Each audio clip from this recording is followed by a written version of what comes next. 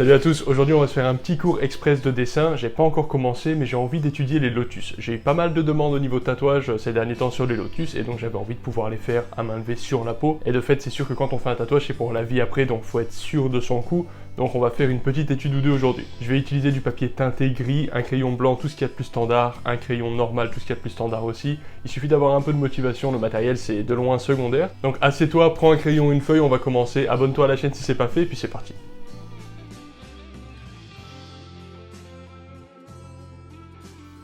Alors on va commencer à voir un peu l'espace que la fleur va prendre sur mon papier tranquillement. On va pouvoir faire un axe qui va représenter l'axe central de ma fleur. Et puis encore une fois, on va faire comme ça un petit peu sa forme abstraite. Donc là tu essaies juste de repérer un peu la hauteur, la largeur. Ici ce qui nous intéresse c'est la forme générale qui contourne la fleur comme ça. Ensuite on va avoir un centre, puisque notre fleur en fait c'est plus ou moins... on peut la représenter aussi un petit peu comme un cône comme ça. Il va donc y avoir un centre duquel tout va s'irradier en fait, toutes les pétales vont partir.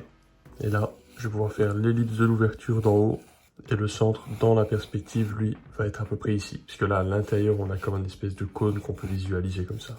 Et maintenant, je vais pouvoir commencer à sculpter quelques pétales en essayant de bien faire en sorte qu'on puisse les ressentir dans l'espace. Donc je vais juste faire un petit peu des formes de pétales comme ça qui se déplacent. Très très légèrement, tu veux surtout pas appuyer trop sur ton crayon dans un premier temps. Donc les pétales, si tu veux, tu peux les minimaliser comme ça. Tu peux commencer par faire une espèce de feuille rectangulaire. Ensuite, à l'intérieur de cette feuille rectangulaire, tu peux dessiner la forme du pétale comme ça, avec l'axe central. Et ensuite, ce pétale-là, tu peux l'incurver de sorte à ce qu'il y ait en fait un creux à l'intérieur.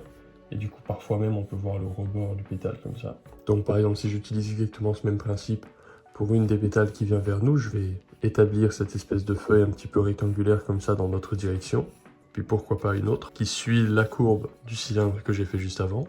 Donc là en fait je fais que des axes plus ou moins, que les axes centrales de mes fleurs. Et ensuite je vais construire mes pétales par-dessus ces axes. Ça me permet de faire bien en sorte que mes pétales s'irradient du centre. Alors pour les pétales qui ont beaucoup de perspectives, c'est toujours un petit peu plus compliqué. Et parfois, il faut se référer un petit peu à la forme abstraite de la chose, sans essayer de trop juger ce qu'on voit, parce que sinon, c'est vrai qu'on a tendance à se tromper. Alors, quand on voit le pétale de profil comme ça, forcément, puisque la feuille qu'on a dessinée ici, en fait, se retrouve incurvée comme ça. Alors, j'exagère, hein, mais tu vois, dans l'idée, hop. Et bien forcément, quand on a ce point de vue-là, quand on regarde de profil, on va voir cette autre partie, cette deuxième partie qui se superpose à la précédente. Et c'est pour ça qu'on va avoir un morceau de pétale qui rebique par-dessus celui d'à côté. C'est en bonne partie ça qui va t'indiquer que le pétale, tu le vois de profil. Ensuite, ce pétale qui vient vers nous, pareil, je vais lui mettre un axe central.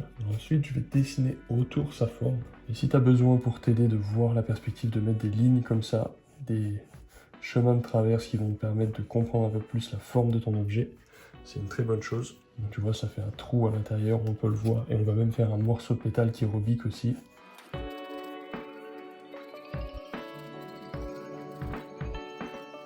Ici, par exemple, entre ces deux pétales-là et puis ces deux pétales-là, on a un peu l'impression qu'elles sont sur le même plan.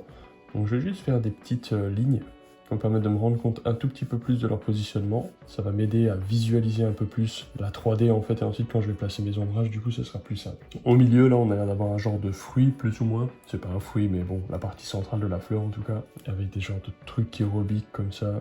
Je vais placer mes derniers petits pétales, et là, on voit bien que c'était bien utile de faire ma première forme à la base, pour éviter d'avoir une fleur avec des pétales trop grands d'un côté, trop courts de l'autre et tout. Tu fais d'abord ta forme abstraite et ensuite tu construis tes volumes et ensuite éventuellement si tu as envie tu rajoutes ton rendu, tes ombrages et tout.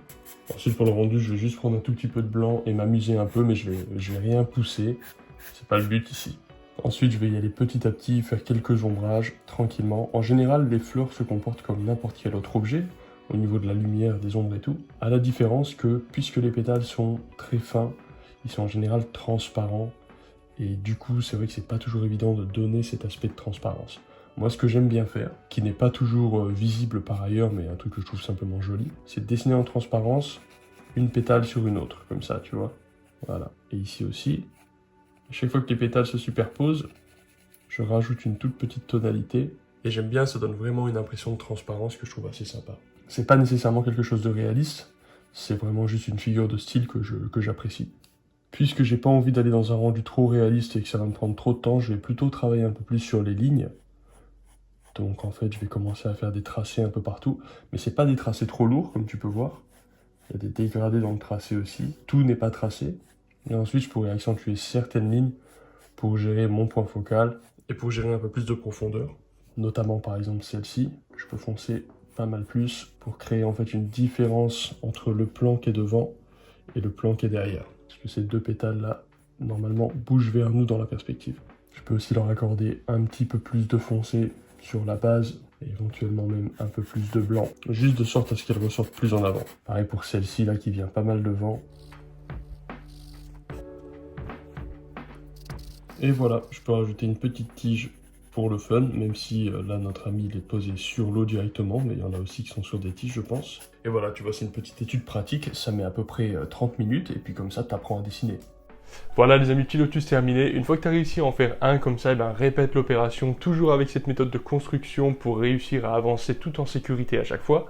Et puis normalement, il n'y a aucune raison de ne pas avoir un résultat qui se ressente correctement dans la 3D. Pour les curieux plus de la peinture, je suis en train de préparer une vidéo plus longue sur ce sujet-là. Donc ça sera peut-être en plusieurs vidéos. En vérité, c'est une petite étude. Il y a encore le scotch autour, c'est dégueulasse, mais c'est pas grave. C'est une petite étude de Hubert Robert, un petit peu remasterisée à ma sauce. Mais ça va être pas mal du tout. Il va normalement y avoir une version très longue de plusieurs heures que je vais proposer en formation d'ici, j'espère, quelques semaines, quelques mois, qui sera payante de fait, mais probablement pas très chère parce que ce sera ma première formation. Et il y aura de toute façon les vidéos sur YouTube qui seront un genre de concentré d'informations un petit peu comme d'habitude. Bon voilà, en attendant, peignez beaucoup, dessinez tout le temps et puis à la prochaine, ciao.